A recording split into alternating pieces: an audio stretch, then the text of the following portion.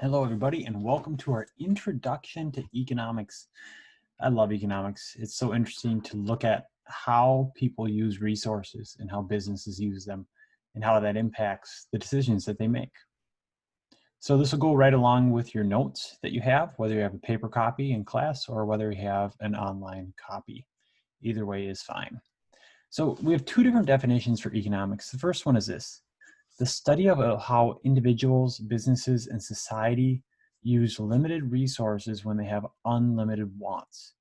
So we want everything, right? So do businesses and different groups, but there's limited resources. So how do we use those? A second example here is a study of how humans use resources to meet needs and wants. So how do we make sure we get everything that we need and we want when there's only so much that we can have? Okay. And if you look at the examples on the bottom here, US Bank Stadium, when they built that, could they put everything they wanted into it? Or was there limited resources?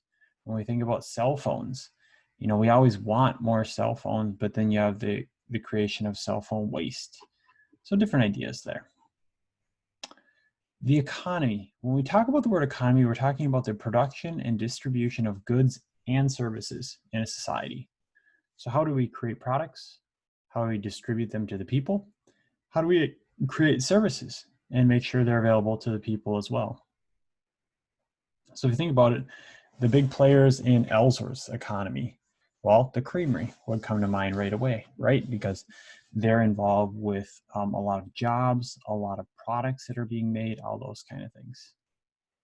And if you think about major players in California's economy, I think about the tech industry and companies like Apple and Google and different ones that may be located out there. So each economy is different depending on where you're at, but it's how do we make those products and how do we distribute them to the people? Resources, well, this is pretty simple. Resources are anything used to make something else, and they are limited. We do not have unlimited resources. So think about this bike, 10 different resources needed. Well, for the tires, we need rubber. For the frame, we need metal. You may have plastic for, underneath your seat. You may have leather on top of the seat.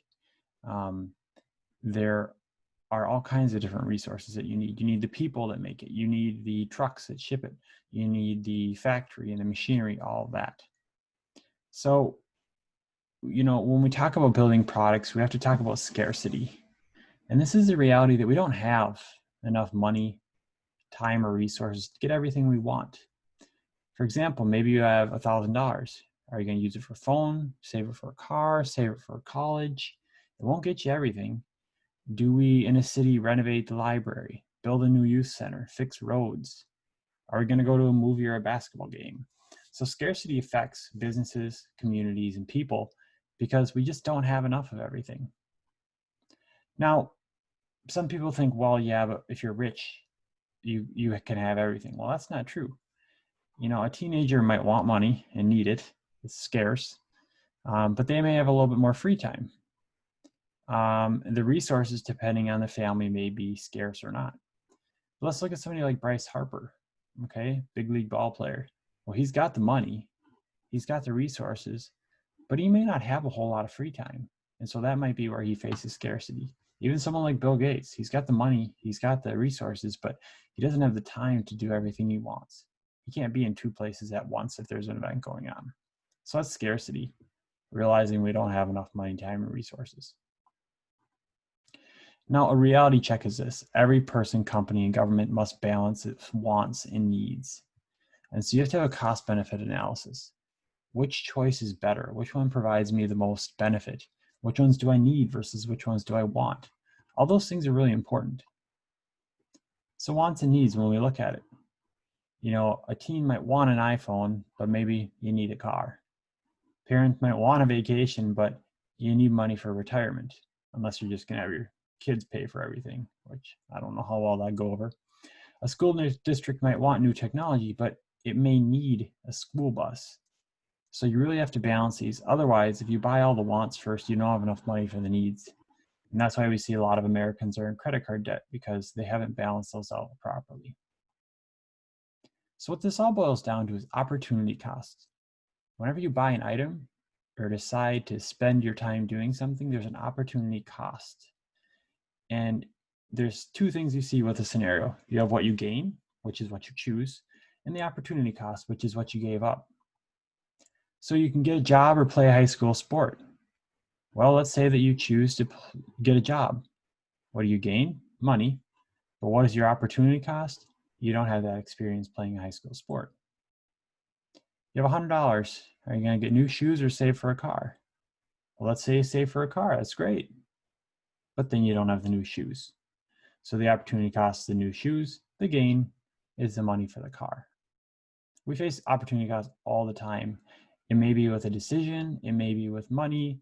It may be with going to some person's house instead of another. It's all over the place.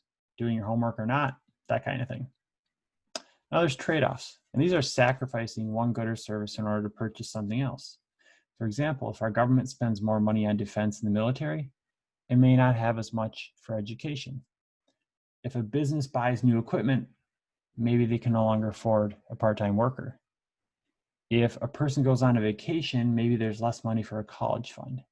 And so whatever choice we make, we need to know what that trade-off is. What is that opportunity cost we're giving up? Next, on to inputs, outputs, and productivity. Here we go. So inputs, factors of production. These are the resources used to create goods and services.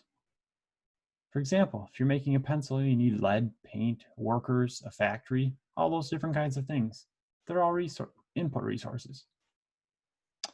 Now, the first type of category is land. And this is the physical land and natural resources you need to make a good or service. It includes the land that the factory's on, the land you might need for growing crops, the land that you have a forest on. It also includes the natural resources such as wood, water, oil, whatever it might be. So if you think about it, if you're going to have a crop farm, if you're going to grow corn, your land input is going to be the land where the corn is. It could be the land that you have your sheds on, or that you have your grain bins on, that kind of thing. If you have a factory making wood cabinets, their land resources include the land the factory's on, the wood that they need, those kind of things. The next category is labor. This one's pretty simple. Just think about who needs to work there. Humans and their work that's needed to create something or accomplish something. If it's a good, maybe it's like the corn situation, a farmer. If it's a service, it could be like a mechanic or a hairstylist. So the labor inputs for a hair salon. Well, you have the stylist, maybe you have a receptionist, maybe you have a janitor, those kind of things. Very different than labor inputs for making a car. You have the mechanics, you have the engineers, you have the designers, you have the people shipping the cars, all those different kinds of things. So labor, really think about all the people needed to create a good and get that good where it needs to go. For capital, we're looking at the money, machinery, and manufactured goods needed to create a product or service. So this could be like your machines, your factories, your trucks, all of that. So if you have a farm, the capital cost could be the tractor or your barn or your grain bins, all those different kinds of things. If you have a hairstylist, it may be a blow dryer, it may be a building. It could be a lot of different things that are created that you need for that. So that's capital. It could also just simply be the money to get a loan.